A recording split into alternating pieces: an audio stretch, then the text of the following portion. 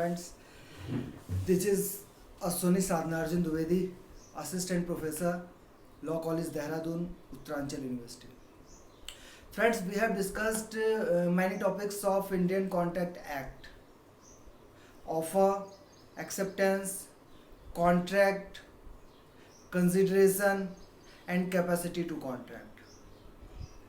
If you have any doubt related to these topics which have been discussed earlier, please let me know so that I may try to sort out your problems. And friends, today we are going to start a very important topic of contract law, that is free consent. But before to understand what is free consent, we have to know what is consent. And the term consent has been defined under Section 13 of Indian Contract Act. Consent means whenever two persons agreed upon the same things in the same manner. It is called consent. It is also known as consensus ad idem, which means meeting of mind. Whenever two persons agreed upon the same things in the same manner, it is called consent. Now question arises, what is free consent? Section 14 of Indian Contract Act provides about the free consent. A consent is said to be free if it has not been get due to coercion, undue influence, fraud, misrepresentation and mistake. Friends, आज हम देखेंगे free consent. Free consent में free consent देखने से पहले हमको ये पता होना चाहिए कि कंसेंट क्या होता है. और कंसेंट जो है ये section 13 of Indian Contract act में डिफाइन किया गया है, जिसमें कहा गया है कि दो पर्सन अगर एक ही चीज़ पर और एक ही मैनर एक ही तरीके से अगर एग्री कर जाते हैं तो ये कहा जाता है कि इनकी सहमति बन गई है या इनकी कंसेंट हो गई है. फ्री कंसेंट क्या होती है? सेक्शन 14 ये कहता है कि कोई भी कंसेंट फ्री कंसेंट है अगर वो कोअर्जन से, अनड्यू इन्फ्लुएंस से, फ्रॉड से, मिसरिप्रेजेंटेशन से या मिस्टेक से ना ली गई हो. यानी कि कोई भी कंसेंट जो coercion, undue influence, fraud, misrepresentation या मिस्टेक से ली गई है तो वो फ्री कंसेंट नहीं कही जाएगी. तो ये आज का हमारा बहुत ही इंटरेस्टिंग टॉपिक है और इसको हम स्टार्ट करते हैं. सबसे पहले तो आप रोज की तरह इसका बेटा स्क्रीनशॉट लीजिए.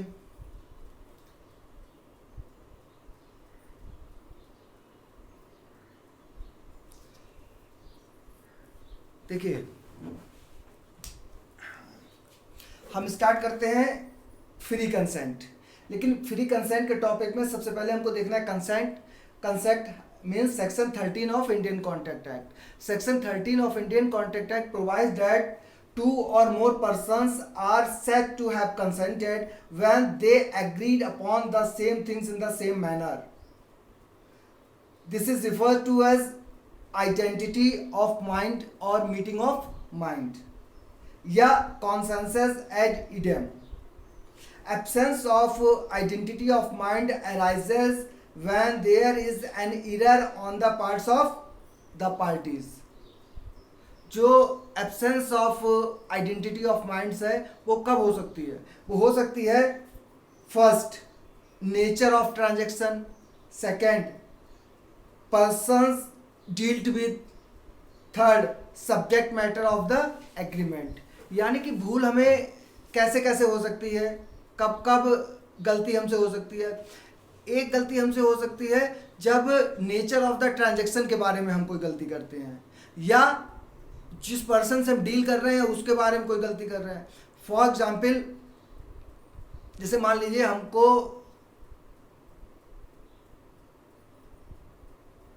कोई लड़की देखने गए, कोई लोग लड़की देखने गए. अब देखने भी नहीं गए, हटाओ, देखने जाएंगे तो काम नहीं बनेगा इस इलस्ट्रेशन में. मान लो किसी को एक लड़की पसंद है शर्मा, मिस्टर एक्स की, क्योंकि ऐसे नाम नहीं लेना चाहिए, किसी को बुरा लग सकता है। मिस्टर एक्स की एक लड़की जो है वो किसी लड़के को बहुत पसंद आ गई कॉलेज में। उसने अपने घर पे बताया जाके और कहा जाके कि मिस्टर एक्स की लड़की से वो शादी करना चाहता है। लड़के के पेरेंट्स जो है वो मिस्टर एक्स के पास गए, उसको बताया जाके कि हमारा बेटा जो है वो आपकी बेटी को लाइक करता है और उससे मैरिज करना चाहता है। अब यहाँ पे जैसे मूवी आप देखते हैं ना, तो जब तक थोड़ा सा उसमें सस्पेंस ना हो तो मज़ा ही नहीं आता है। ऐसे ही यहाँ पे क्या हुआ कि मिस्टर एक्स ने ओके कर दिया, लेकिन प्रॉब्लम ये हो गई कि जो लड़का था वो जिस लड़की को लाइक करता था वो उसकी छोटी सिस्टर थी, उनकी एक बड़ी सिस्टर थी। ये बात लड़के को नहीं पता थी। मिस्टर एक्स को लगा कि ये जो है वो बड़ी लड़की की बात कर रहे हैं, अब ये जो है उस लड़की की बात कर रहे हैं। तो यहाँ पे क्या है, जिससे हम डील कर रहे हैं, जो सब्जेक्ट मैटर है हमारा वो चेंज हो गया, क्योंकि कंसेंट तभी होगी जब सेम थिंग हो, सेम मैनर हो। यहाँ पे अलग अलग हो गई। या मान लीजिए हमें कोई घर बेचना है अपना, हमने किसी से कहा कि हम अपना घर बेच रहे हैं, कि आप खरीदोगे? तो उससे पूछा कितने का दोगे, तो हमने कहा हम 50 लाख का बेच देंगे। अब वो बहुत खुश हो रहा है, सोचा यार 2 करोड़ का घर दिए 50 लाख में क्यों बेच रहा है, क्योंकि वो तैयार हो गया खरीदने के लिए। हम भी बहुत खुश हो रहे हैं, हम सोचा कि यार 25-30 लाख का घर ये 50 लाख में खरीदने के लिए क्यों तैयार हो गया। अब यहाँ पे प्रॉब्लम क्या है, मेरे 2 घर है, एक देहरादून में है, एक लखनऊ में है। ठीक है, हम जो है वो अपना लखनऊ वाला घर बेचने की बात कर रहे हैं, वो मान लीजिए कि मन में क्या सोच रहा है, देहरादून वाला घर खरीदने की बात कर रहा है। तो ये क्या कहलाता है कि यहाँ पे आइडेंटिटी ऑफ माइंड्स नहीं हुआ है। ठीक, जैसे अगर हम यहाँ पे देखें,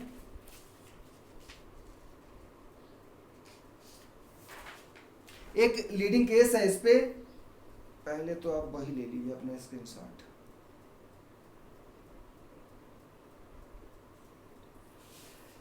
ये केस है कंडी वर्सेस लिंडसे का, कंडी वर्सेस लिंडसे।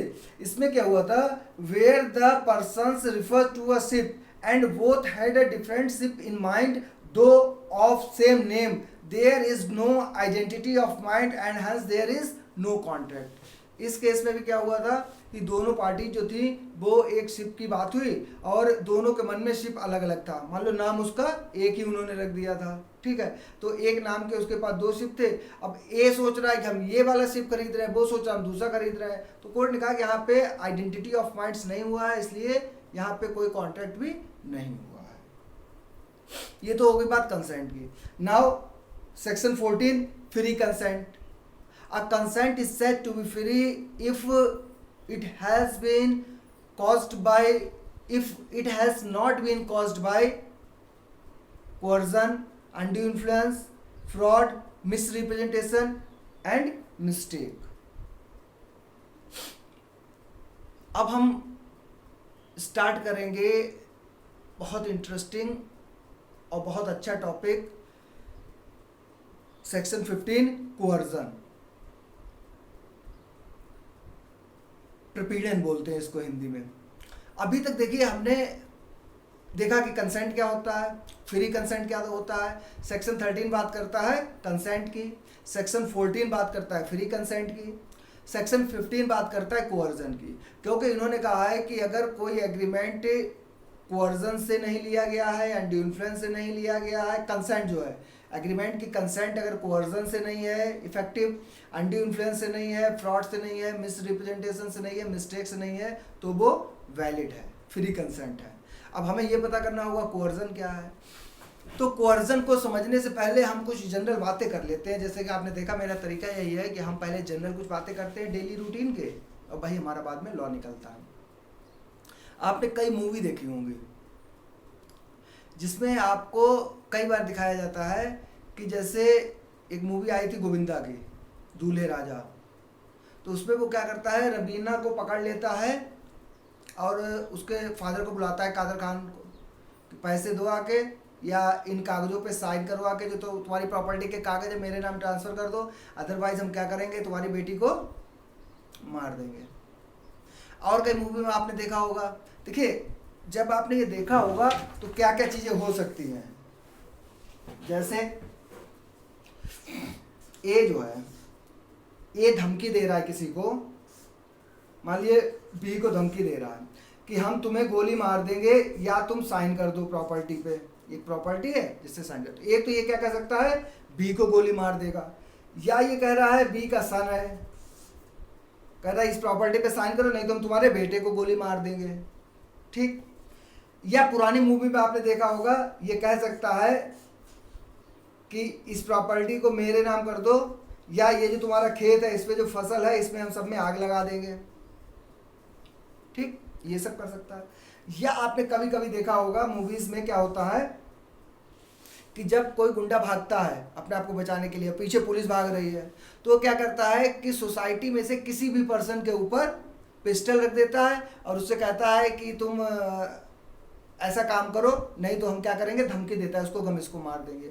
यहीं पे मान लो ए क्या करता है, बी से कहता है, या बी का ये कोई जेड है, बी का इनसे कोई रिलेशन नहीं है, जेड को ये बच्चा है, या हो सकता है लड़की है या लड़का है। ए जो है वो इसको ये धमकी देता है बी को कि अपनी प्रॉपर्टी मेरे नाम कर दो, इस पे साइन कर दो नहीं तो हम क्या करेंगे, जेड को मार देंगे। अब यहाँ पे बी का जेड से कोई रिलेशन नहीं है।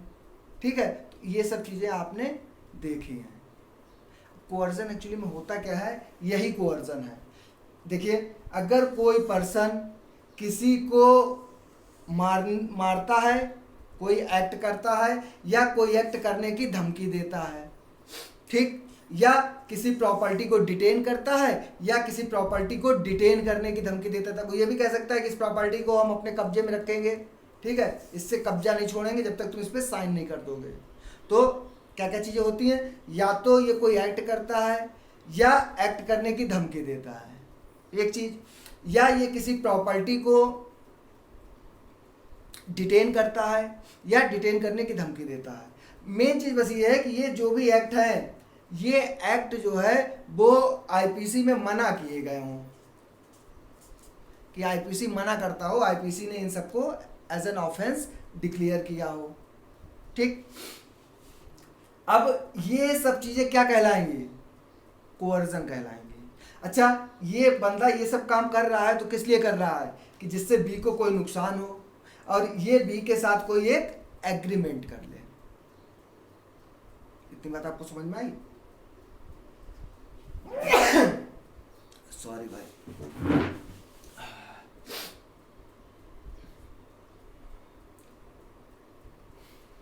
ए बी को धमकी देता है कोई ऐसा एक्ट करने की जो आईपीसी में मना किया गया है, या उसकी कोई प्रॉपर्टी को डिटेन करने की, और इसके पीछे ए का मकसद क्या है कि वो ए को नुकसान पहुंचाए और उसके साथ कोई एग्रीमेंट कर ले। इतनी बात क्लियर? यहाँ पे एक चीज और ध्यान रखिएगा, मान लीजिए ये कोअर्जन कोई एक्चुअली में है क्या कि हमारे यहाँ हर आदमी चाहता है किसी न किसी लॉ का फ़ायदा उठाना, कि लॉ बनाया गया है तुरंत लोग सोच लेंगे कि इसका फ़ायदा कैसे उठाया जाए। अच्छा, आप अच्छी तरीके से जानते होंगे कि हमारे यहाँ जब भी कोई लाइट का कनेक्शन होता है, ठीक है, तो जो लाइट वाला एम्प्लॉय हमारे यहाँ मीटर लगाने आता है, क्योंकि आपको पता है जब इलेक्ट्रिसिटी आप चलाओगे तो उसका एक मीटर होगा जो बताएगा कि आपने कितने यूनिट लाइट को कंज्यूम किया है। तो जो बंदा हमारे यहाँ मीटर लगाने आएगा वही बता के जाएगा कि भाई साहब अगर आप थोड़े से पैसे दीजिए तो हम इसमें ऐसा कुछ इंतजाम कर देंगे जिससे आपका मीटर ये हल्के चले या चले ही ना। तो ये तो हमारी पोजीशन है कि जैसे लॉ बनता है उसका कुछ ना कुछ हम जुगाड़ सोच लेते हैं।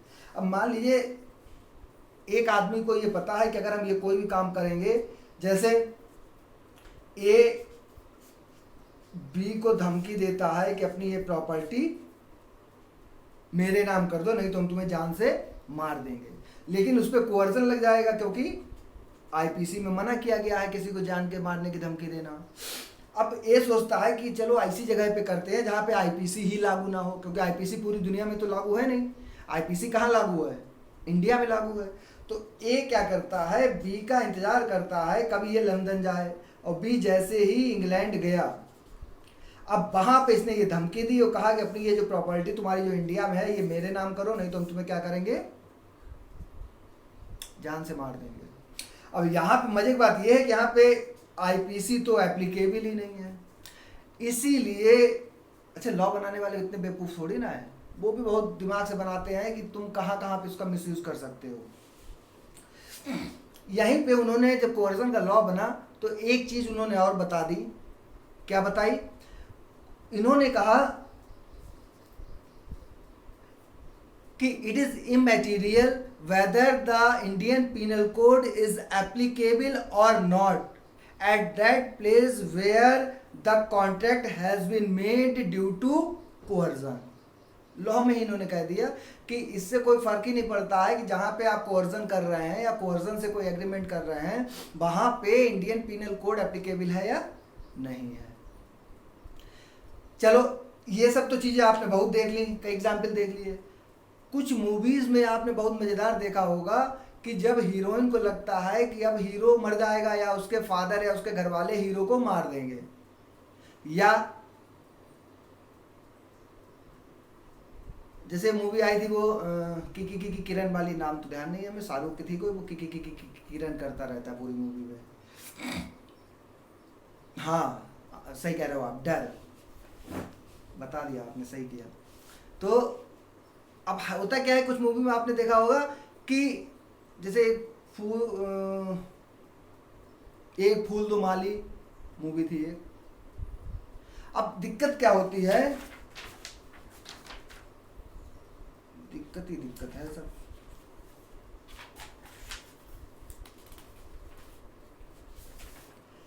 जैसे मान लीजिए आपने देखा होगा ए हीरो है और बी हीरो है, दोनों लाइक किसको करते हैं? के को। की किरण है मान लो, ये ए भी इनको लाइक करता है, बी भी इनको लाइक करता है, लेकिन किरण जो है ये लाइक करती है किसको?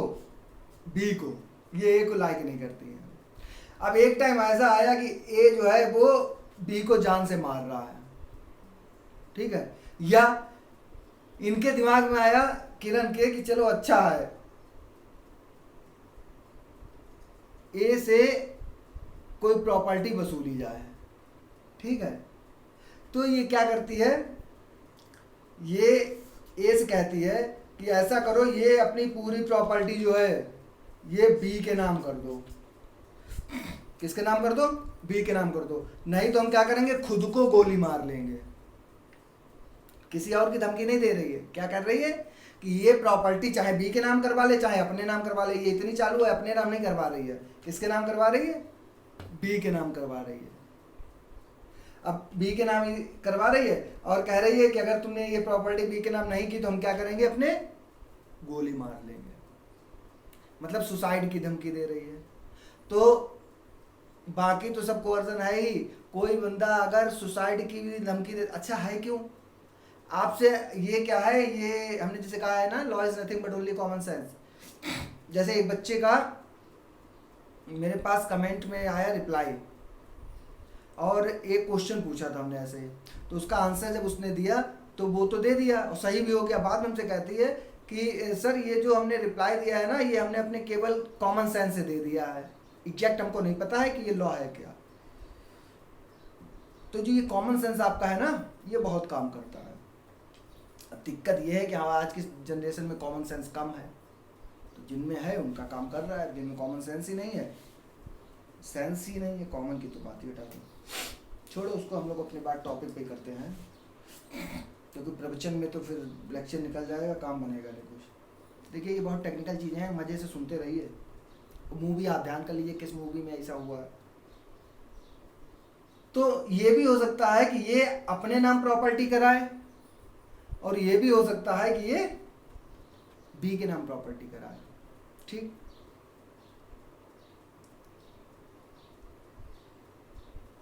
इतनी लॉ बात करता है कोअर्जन पे, ठीक।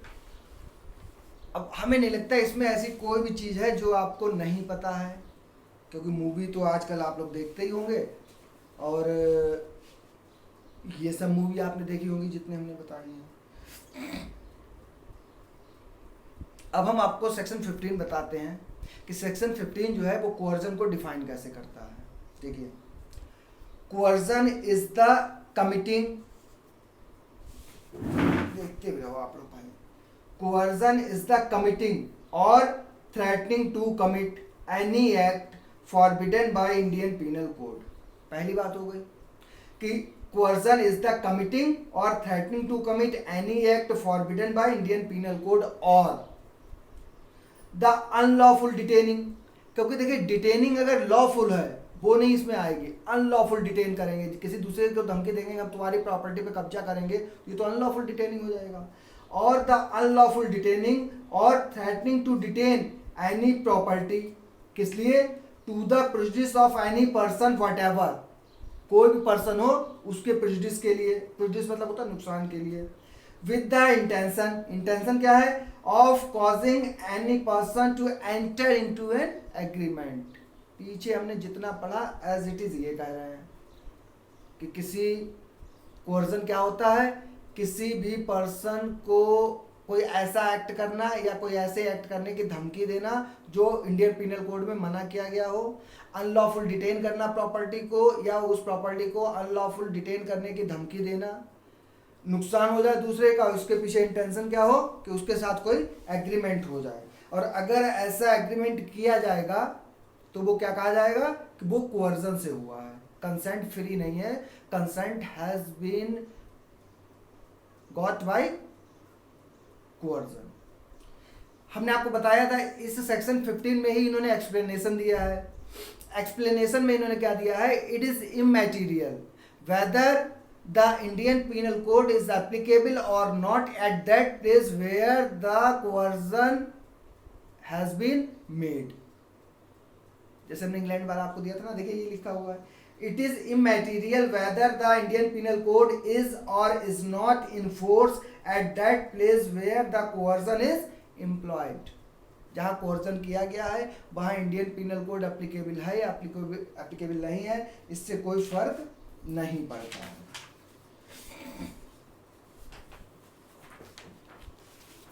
एक बहुत लीडिंग केस है इस पे, पहले तो आप अपना काम कर लीजिए जो आपको बहुत अच्छा लगता है। अच्छा, इसके साथ मेरे फोटो लेते रहना, ये सब आप क्या करो, स्क्रीनशॉट लो, उसका प्रिंट निकालो, प्रिंट निकालने के बाद आप क्या कर लो, उसको वो क्या करते हैं लैमिनेट करवा लो, या हम तो कह रहे फ्रेम ही करवा लो उसको, तो इसी तरीके से हम भी फेमस हो जाएंगे। ये और हम ऐसा ना करना केवल इसी का स्क्रीनशॉट लेके करवा लो, हमको भी साथ में ले लेना।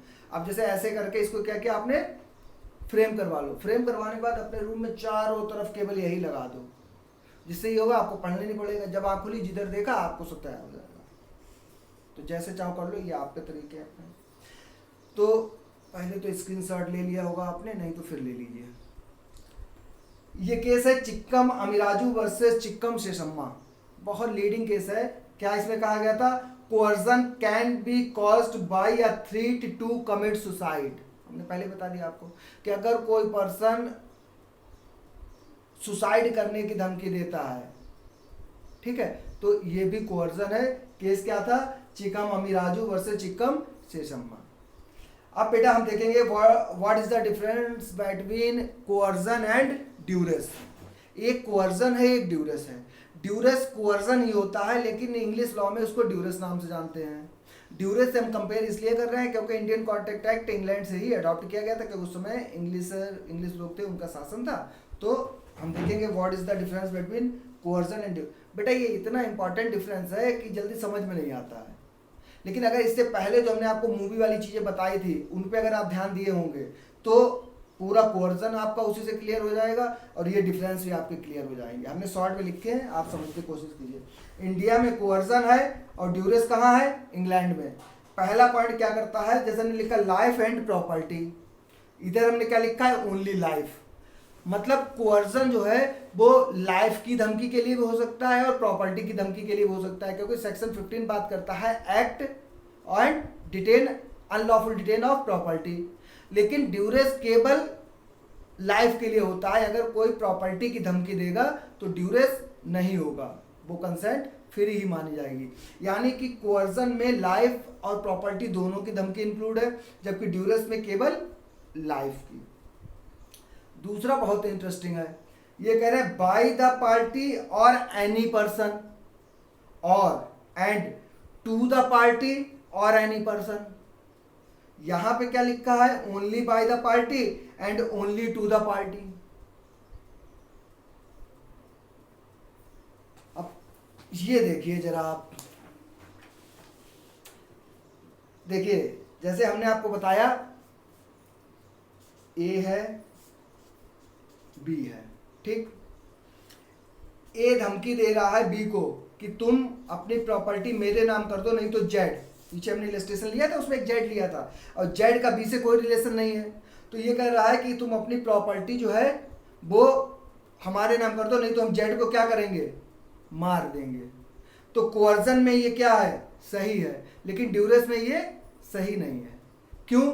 ड्यूरेस ये कहता है कि ड्यूरेस तभी होगा जब जो धमकी दी गई है वो या तो पार्टी को दी गई हो या उसकी फैमिली को दी गई हो, यानी कि बी के बेटे के लिए दी जाती है, बी की वाइफ के लिए दी जाती है, सब ड्यूरेस है। लेकिन अगर धमकी किसी ऐसे आदमी को मारने की दी जाती है जिसको बी नहीं जानता है, जिससे बी का कोई रिलेशनशिप नहीं है, तो ये ड्यूरेस नहीं होगा लेकिन कोअर्जन होगा।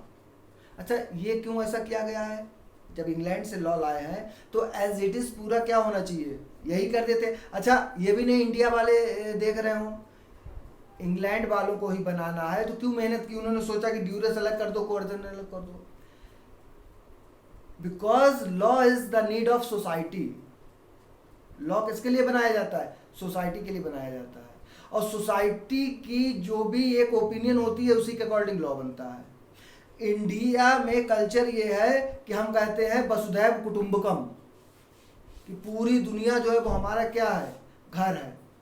हम जो अननोन पर्सन है उसमें भी भगवान का रूप देख लेते हैं, कहते हैं इंसान हर कड़कड़ में भगवान है, तो हर इंसान में भगवान है, पता नहीं किस भेष में आ जाए हमसे मिलने के लिए, ठीक। तो हमारा कल्चर ये कहता है कि हमारे अंदर इतनी मानवता है, इतनी दया है कि अगर किसी और को मारने के लिए कहा जाएगा तब भी हम अपने फायदे के लिए दूसरे को मरने नहीं देंगे और हम साइन कर देंगे। इंग्लैंड में ऐसा नहीं है। तो इंग्लैंड में उन्होंने ड्यूरेस में कहा है कि क्या होना चाहिए, आपकी फैमिली आपके लिए धमकी दी जाएगी तभी होगा, ना प्रॉपर्टी के लिए है ना दूसरे पर्सन के लिए है। इंडिया में प्रॉपर्टी के लिए भी है कोअर्जन में और दूसरे पर्सन के लिए भी। एक चीज ये तो हो गई टू, हमने लिखा ना, टू द पार्टी और टू द अदर पर्सन, कि कोअर्जन की धमकी पार्टी को भी दी जा सकती है और किसी थर्ड पर्सन को भी दी जा सकती है, और पार्टी के द्वारा भी दी जा सकती है, किसी थर्ड पर्सन के द्वारा भी दी जा सकती है। ये किरण वाला देखो, किरण वाले में हमने आपको क्या बताया था कि किरण ने क्या धमकी दी थी कि हम अपने आप को गोली मार लेंगे, नहीं तो ये प्रॉपर्टी तुम किसके नाम कर दो, बी के नाम। अब प्रॉपर्टी किसके नाम हो रही है, बी के नाम हो रही है। धमकी कौन दे रहा है, कोई और पर्सन दे रहा है। तो कोअर्जन में धमकी कोई और भी दे सकता है और धमकी किसी और को भी दी जा सकती है। ड्यूरेस में ना तो धमकी कोई और दे सकता है, ना ही धमकी किसी और को दी जा सकती है, पार्टी ही देगी एक चीज, और अगर धमकी दी जानी है तो वो पार्टी या उसकी फैमिली के लिए ही देगी। ये आपका एक हो गया डिफरेंस। बहुत टेक्निकल है, ना समझ में आया हो तो आप पूछ लेना दोबारा। Third, forbidden by Indian penal Code, forbidden by law. Coercion में इन्होंने क्या कहा है कि act must be forbidden by Indian penal Code, जबकि यहाँ पे जो लॉ कमीशन है उसकी रिपोर्ट आई थी और लॉ कमीशन की कहना था यहाँ से term forbidden by Indian penal Code हटा देना चाहिए और फॉरबिडन बाय लॉ कर देना चाहिए, क्योंकि इंडियन पीनल कोड के अलावा भी कई पीनल लॉज हैं इंडिया में, तो उनकी भी धमकी जो है वो ना दी जाए, ठीक है। तो ये रिकमेंडेशन आई थी लेकिन मानी नहीं गई थी, अब जो भी पे चलेगी। ये तो बेटा आपका हो गया what is the difference between coercion and duress. देखिए टॉपिक थोड़े लंबे होंगे लेकिन वो मजेदार भी बहुत है, मतलब लॉ है और मजा लेके पढ़ डालिए। ऐसे पढ़िए कि जैसे आपको पता ही ना लगे कि आप पढ़ रहे हैं, आपको लगे कि जैसे नहीं गोविंदा की मूवी देखने गए 2-2.5 घंटे हंसे चले आए वापस। दिमाग पे ये जोर नहीं लगाना सस्पेंस मूवी देख रहे हैं अब क्या होगा, कातिल कौन है, नहीं, कुछ नहीं करना है, केवल बस आए हो अपना एंजॉय करो, मजे लो, घर जाओ। तो बेटा ये कोअर्जन हुआ। एक बार कहो तुम फिर से रिपीट कर दें आपको अभी तक हमने जितना बताया है। आज हमने स्टार्ट किया है कंसेंट से। What is consent? Consent has been defined under section 13 of Indian Contract Act. Consent means whenever two or more persons agreed upon the same thing in the same manner, it is called consent. It is also known as consensus ad idem. It is called identity of mind. Section 14 provides the provision about free consent. A consent is said to be free when it has not been caused by coercion, undue influence, fraud, misrepresentation, and mistake. Now, what is coercion? Coercion has been defined under Section 15 of Contract Act. Coercion is committing or threatening to commit any act which is forbidden by Indian Penal Code, unlawful detaining or threatening to unlawful detain any property to the prejudice whatsoever person, and the intention is to enter into an agreement. A threat to commit suicide is also considered as a coercion, and it is immaterial whether the Indian Penal Code is applicable or not, as that place where the coercion has been made or where the agreement has been made by the coercion. ये coercion में हम लोगों ने देखा है अमीर Raju versus सिसम्मा का suicide पे केस है, उसके बाद हमने देखा what is the difference between coercion and duress, वो भी आपने बहुत इजी से देख लिया है, उसको आप अपना तैयार कर लीजिए कि कोअर्जन में लाइफ एंड प्रॉपर्टी बोथ के लिए हो सकता है, ड्यूरेस केवल लाइफ के लिए होगा। कोअर्जन किसी के लिए भी हो सकता है और किसी के द्वारा भी हो सकता है, ड्यूरेस केवल पार्टी के द्वारा होगा, केवल पार्टी के लिए होगा। Coercion forbidden by Indian penal code दिया गया है, जबकि ड्यूरेस में फॉरबिडन बाय लॉ दिया गया है। अब बेटा हम बात करेंगे सेक्शन 16 की। सेक्शन 16 बात करता है अनड्यू इन्फ्लुएंस। अच्छा, हम बार बार कह रहे हैं ना, coercion, undue influence, fraud, misrepresentation and mistake, इसका क्रम यही रखिएगा क्योंकि इससे आपको सेक्शन याद हो जाएंगे। कोअर्जन 15 में, अनड्यू इन्फ्लुएंस 16 में, फ्रॉड 17 में, मिसरिप्रेजेंटेशन 18 में और मिस्टेक 20, 21, 22, 3 है सेक्शन, उसके आगे देखेंगे। अनड्यू इन्फ्लुएंस, अब देखिए अनड्यू इन्फ्लुएंस भी बहुत मजेदार चीज है।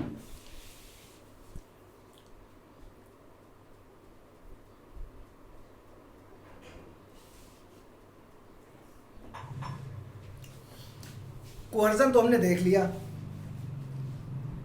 अब आपने देखा होगा कि घर वालों के पास, पेरेंट्स के पास जो आखिरी शस्त्र होता है अपनी बात मनवाने का, वो क्या होता है। जैसे मान लीजिए हम कहें जाके अपने घर पे कि हम ए से मैरिज करना चाहते हैं, तो पहले तो घर वाले मना करेंगे, नहीं नहीं नहीं नहीं ए से नहीं कर सकते हो, तुम्हारी शादी हमने तय कर रखी है, तुम्हें बी से ही करनी होगी, ये वो सब समझाएंगे। उसके बाद जब वो देखेंगे कि नहीं हम तो मानने को तैयार नहीं है, हम साफ कहते हैं कि नहीं नहीं हम करेंगे तो यही से शादी करेंगे, चाहे आप कितना भी कर लो। वो ये भी धमकी दे सकते हैं, ठीक है अच्छा तुम यही से शादी करोगे तो हम अपनी प्रॉपर्टी से बेदखल कर देंगे, तुमको कोई चीज़ नहीं देंगे। अच्छा, जो आदमी प्यार करेगा वो डरेगा क्यों? क्योंकि ये ऐसी चीज़ है जिसमें आदमी को पता ही नहीं होता है कि सही क्या है गलत क्या है। ये ऐसा दौर होता है जिसमें उसको लगता है कि पूरी दुनिया उसकी दुश्मन है और केवल वही एक पर्सन है जो सही सोच रहा है, बाकी सब बेवकूफ़ है। अच्छा, उस समय ये आदमी नहीं सोचता है कि जितने भी उसके वेल विशर हैं, चाहे उसके पेरेंट्स हों, चाहे उसके ब्रदर सिस्टर हों, चाहे उसके फ्रेंड्स हों, तो ये सब उसके अगेंस्ट में क्यों हैं। तो छोड़ो, वो अलग की बात हो जाएगी, हम अपने एक टॉपिक पे रहें। अच्छा, अलग क्या हो जाएगी, टॉपिक ही हमारा यही है। तो हम क्या कह रहे थे कि हमारे घर वाले क्या करेंगे, धमकी देंगे, पहले घर से निकाल देंगे, तुमको प्रॉपर्टी में कोई हिस्सा नहीं देंगे। अब हम क्या करेंगे, हमें तो समय अपना चढ़ा होगा कि नहीं, हमें तो करनी है। तो हमने घर वालों से कह दिया ठीक है जाओ अपनी प्रॉपर्टी मत दो, हम जी लेंगे, हमें सिर्फ प्यार चाहिए, पैसा नहीं चाहिए, हम मजदूरी कर लेंगे लेकिन खुश रहेंगे। जो मूवी में आप देखते हैं ये सब डायलॉग डिलीवरी हो गई।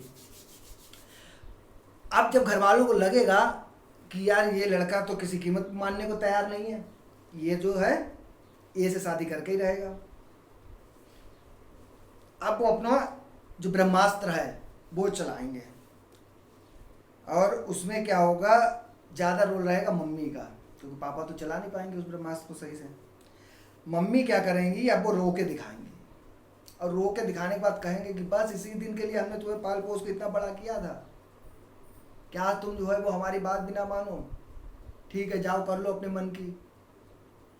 क्योंकि जो आदमी प्यार में है उसे सिर्फ प्यार से जीता जा सकता है, डरा धमका के नहीं, क्योंकि वो तो प्यार में है। अब इसको लगेगा कि नहीं, प्यार का असली मतलब पाना नहीं है, प्यार का असली मतलब तो क्या है, देना है। अब जब प्यार का असली मतलब देना है तो ये तुरंत कहेगा कि अब हम क्या करेंगे, कुर्बानी करेंगे। किस चीज़ की, प्यार की। किसके लिए, प्यार के लिए।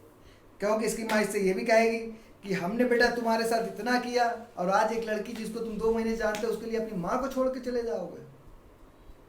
ये सब क्या है, ये मॉरल प्रेशर है। ठीक, इसको और अच्छा समझना चाहे तो सुनो। मान लो प्यार की बात हटा दो, नहीं आप कहोगे केवल प्यार के इलस्ट्रेशन से समझा पाते हैं, हम और इलस्ट्रेशन लेते हैं। जैसे मान लीजिए